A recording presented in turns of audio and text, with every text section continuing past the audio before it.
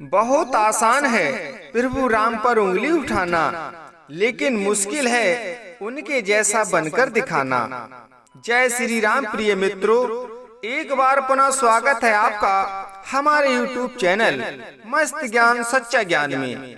प्रिय मित्रों, वैसे तो अथाह सागर के समतुल्य गुणों के भंडार भगवान श्री राम के गुणों का बखान करने योग मेरे पास शब्द नहीं है, लेकिन आज इस वीडियो के माध्यम से मैं भगवान श्री राम के उन 8 गुणों के बारे में बहुत ही सरल तरीके से आपको बताने की कोशिश करूंगा, जो घोर कलयुग के चलते समस्त मानव जाति के लिए हितकारी सिद्ध रहेंगे। इसलिए इस वीडियो को बहुत ही ध्यान से पूरा देखना, ताकि आपको भगवान श्री राम की 8 सीखों का ज्ञान प्राप्त हो सके और आप भी उनकी तरह श्रेष्ठ बन सकें।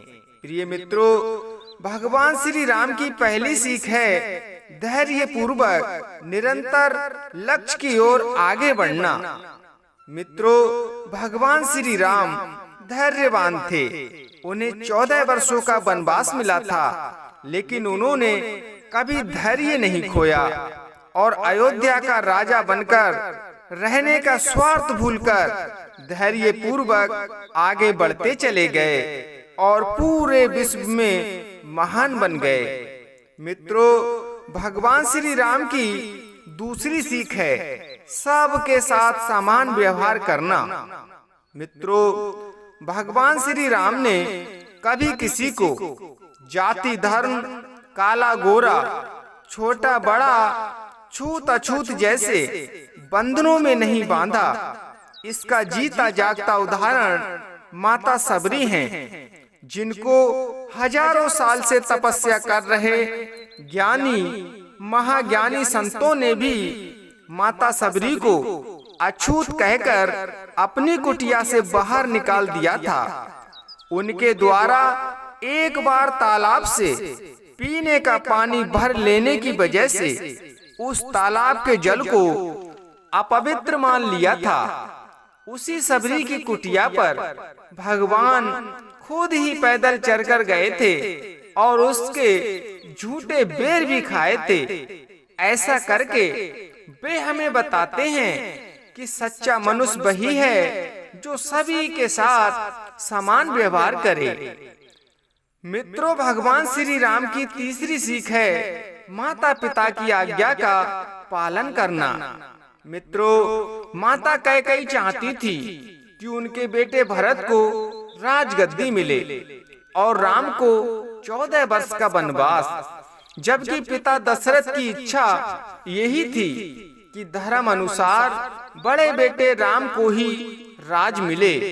पर वे क्या करते, ना चाहकर भी वे कैकेयी को दिए वचनों में बंधे थे।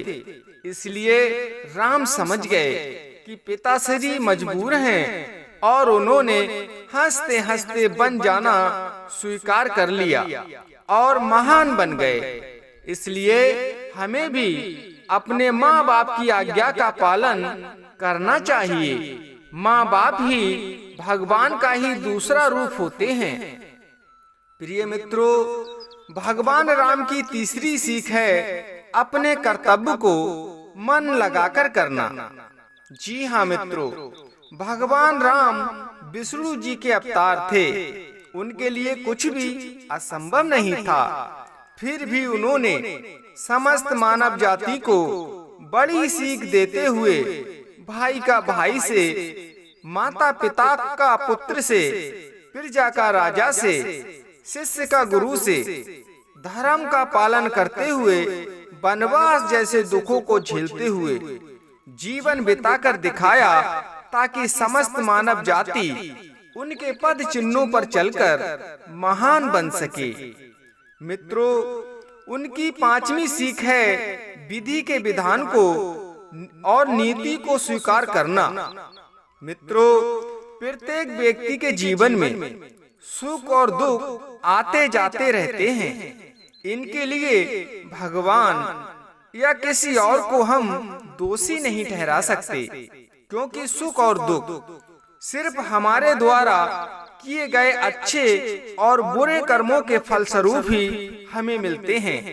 इसलिए हमेशा अच्छे ही कर्म करें, दुखों से बचे रहेंगे। यही विधि का विधान है। मित्रों, भगवान श्री राम की छठी सीख ये है कि जीवन में कभी घमंड नहीं करना चाहिए। भगवान राम एक श्रेष्ठ धनुर्धर और अयोध्या जैसी नगरी के राजकुमार थे, पर उन्होंने कभी भी ये घमंड नहीं किया और साधारण जीवन यापन करते हुए वे दयालु होते चले गए और लंका पर विजय पाकर महान बन गए।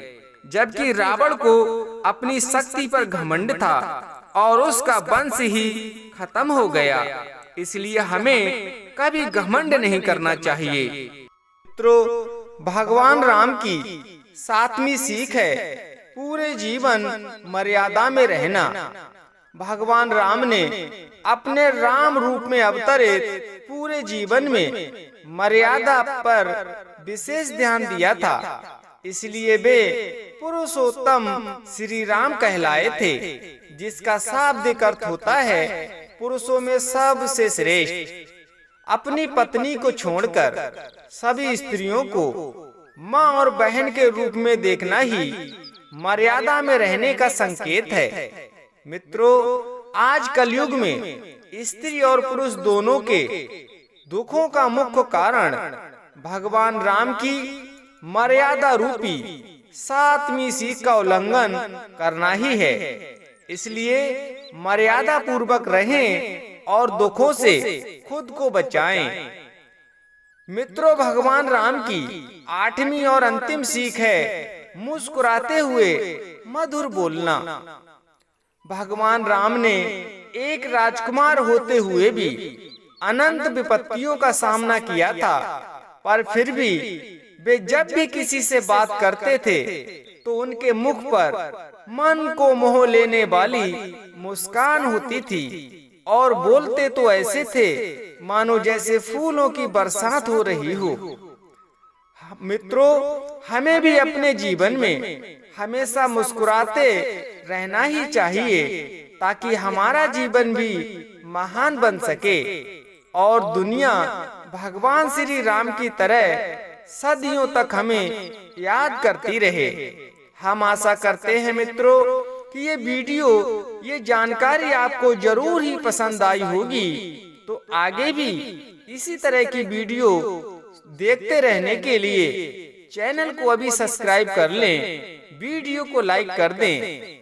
अब भगवान श्री राम से आप और आपके पूरे परिवार की मंगलमय जीवन की कामना करते हुए लेते हैं आपसे विदा और मिलते हैं अगली वीडियो में एक नए ज्ञान के साथ। तब तक के लिए जय श्री राम।